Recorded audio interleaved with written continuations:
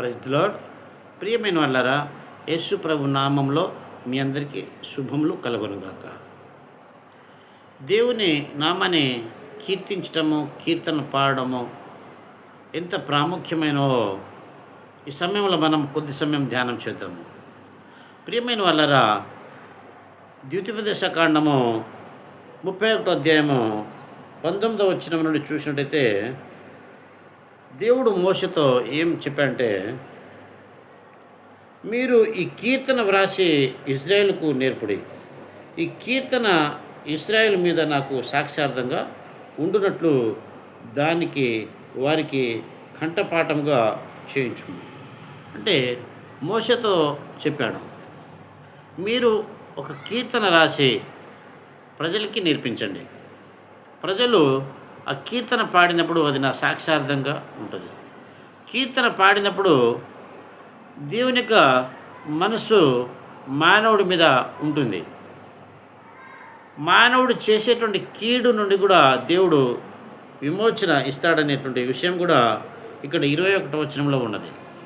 ప్రియమైన వాళ్ళరా, వాక్యం చదవడము, వాక్యం ప్రకటించడము, సువార్త ప్రకటన చేయడము ఎంత ముఖ్యమో, పరిశుద్ధ దేవుని నామాన్ని కీర్తించటము, కీర్తన రాయడము అంతే ముఖ్యము.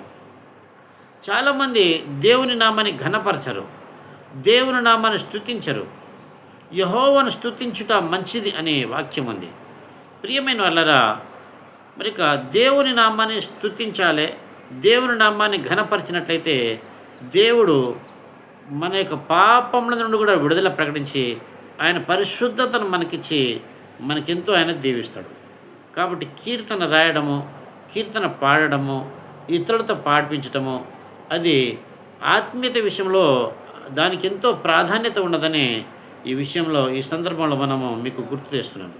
కావున ప్రతిరోజు కీర్తనలు రాయండి, కీర్తనలు పాడండి. కాబట్టి దీని ద్వారా దేవుని ఎంతో శక్తి ఉంటుంది.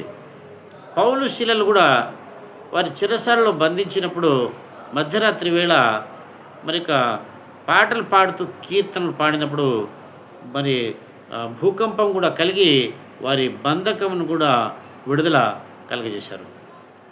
యెహోషాపాతు కూడా కీర్తనలు పాడుతూ దేవుని ఆరాధన చేస్తున్నప్పుడు ఆయన విజయాన్ని సాధించినట్టుగా మరి లేఖనాలు సెలవిస్తున్నాయి. మరి పరిశుద్ధ బైబిల్ గ్రంథంలో ఎంతోమంది భక్తులు కీర్తనలు పాడారు, వారు దేవుని ఆరాధించారు, గొప్ప ఆశీర్వదించబడ్డారు. దావీదు కూడా ఆయన ఎంతో ఆరాధన చేసేవాడు, ఎంతో కీర్తనలు రాసేవాడు. కాబట్టి దేవుడు ఆయనను సామాన్యమైనటువంటి గొర్రెల కాపరి స్థాయి నుండి ఒక మహారాజు స్థాయికి మరి దేవుడు తీసుకుపోయాడు. ప్రియమైన వాళ్ళరా, నిండు మనసుతో కాలేబు దేవుని ఆరాధన చేసినట్లు నిండు హృదయంతో దేవుని కీర్తన చేసి దేవుని ఆరాధన చేసినట్లయితే నీ జీవితంలో ఎంతో దీవెనలు పొందుకుంటావు, ఎంతో ఆశీర్వాదం పొందుకుంటావు. ప్రభు ఈ మాటలు మన వెండికిల్లో దీవించునుగాక. ఆమేన్.